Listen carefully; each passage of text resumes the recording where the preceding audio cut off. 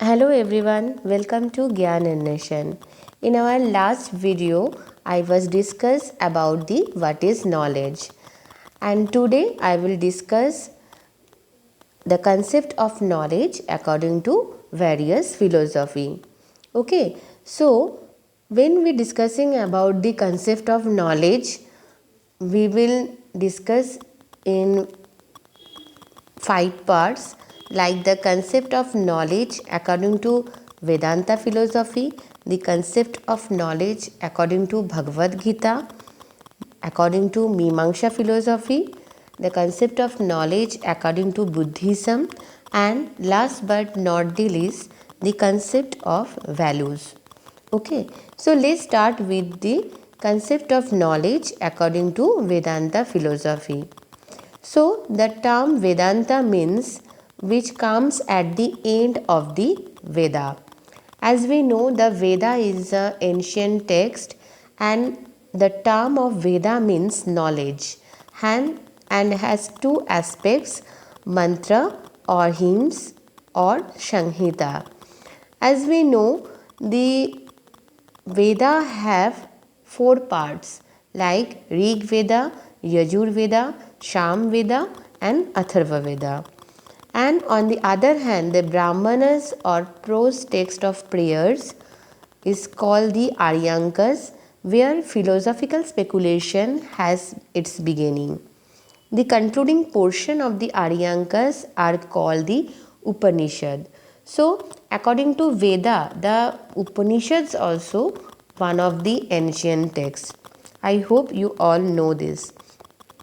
So, these Upanishads are the essence and cream of the Vedic philosophy. Always remember, as per the Indian philosopher, the knowledge has 2 types.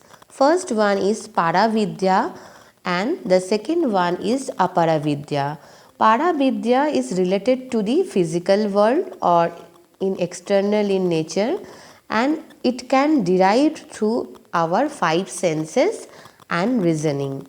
On the other hand, always remember the Aparavidya, it is related to other worldliness, or we can say it is related to spiritual in nature. Okay, so it is most elevated part of the human nature, and it is also related to the self, soul, spirit and God and their relationship. Okay, so this is all thing about the concept of knowledge according to Vedanta philosophy. Now we discuss about the concept of knowledge according to Bhagavad Geeta. So according to educational philosophy, the Bhagavad Geeta is the most valuable treasure of Indian wisdom.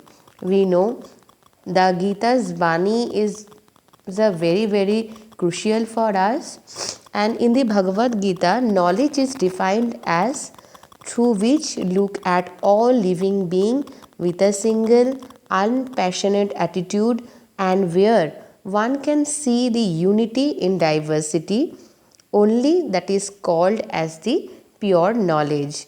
So, like Upanishad, in the Gita, knowledge has been bifurcated in Para and Aparavidya in the same way. Okay, and the next one is the concept of knowledge according to another philosophy, that is the Mimamsa philosophy. So, in the Mimamsa philosophy, the philosophers believe the knowledge is that which provide the experience of an unknown object, and that which is not contradicted by other knowledge, and that which is free from the other defects. Okay, so in the Mimamsa philosophy, it was valid knowledge which gives knowledge of the meaning of an unknown element. And according to this philosophy, there are 2 types of knowledge. First one is material knowledge, and the second one is the spiritual knowledge.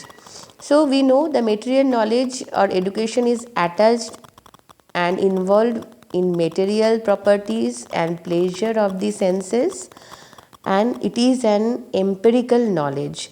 So it is incomplete or we can say imperfect knowledge. But the spiritual knowledge, it is associated with the knowledge regarding to God.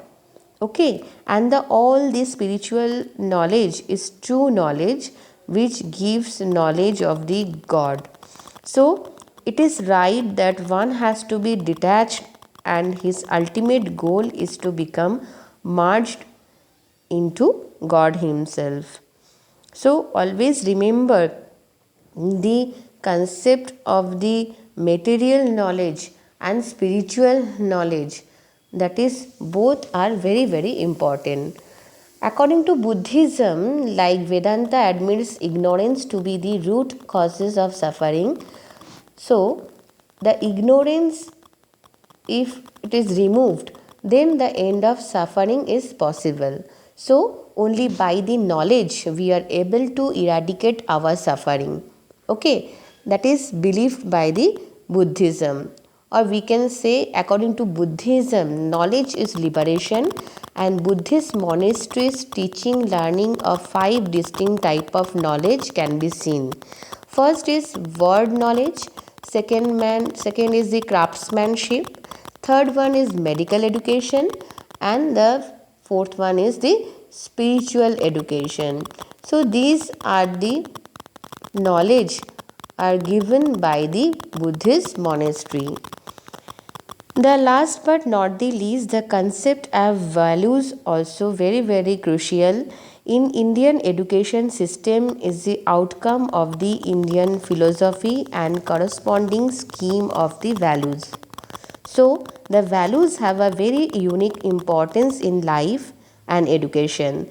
They are helpful in realizing the purpose and goal of life.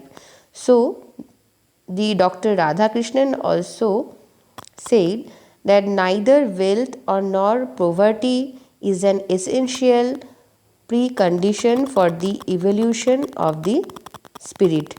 So values should be cultivated through a proper system of education, and education is the only instrument through which development of spiritual, moral, social, cultural and other values can be ensured. Okay, so this is all about the concept of knowledge according to various philosophy. I hope you all understand. Please go through this, and in our next video we will discussing about the various types and characteristics and source of the knowledge. Thank you so much.